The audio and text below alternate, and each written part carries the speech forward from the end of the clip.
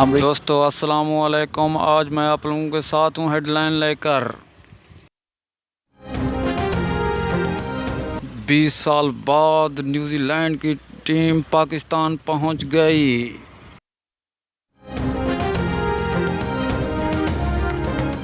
पहला मैच खेला जाएगा रावलपिंडी में और 11 तारीख को, और वनडे की टिकट होगी 1 से 2000 और 20 की टिकट होगी 500 से 3000 तक।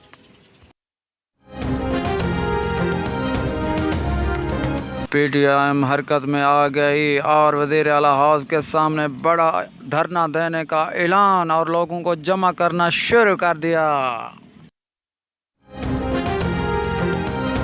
इस साल तक अफगानिस्तान में अमेरिकी फौजी रहे और उसको निकाला गया आज 20 साल बाद।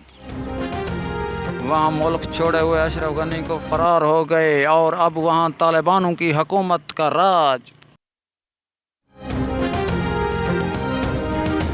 आज 2 वाक़या ऐसे बने हैं, अमेरिकी फ़ौजियों को अफ़गानिस्तान के तालिबानों ने भगा दिया, 20 साल हो गए।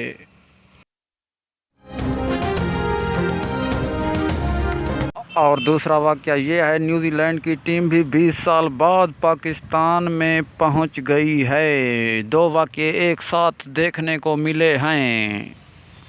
कल के लिए चाहिए इजाज़त, अगले वीडियो में फिर मिलेंगे। अल्लाह हाफ़िज़।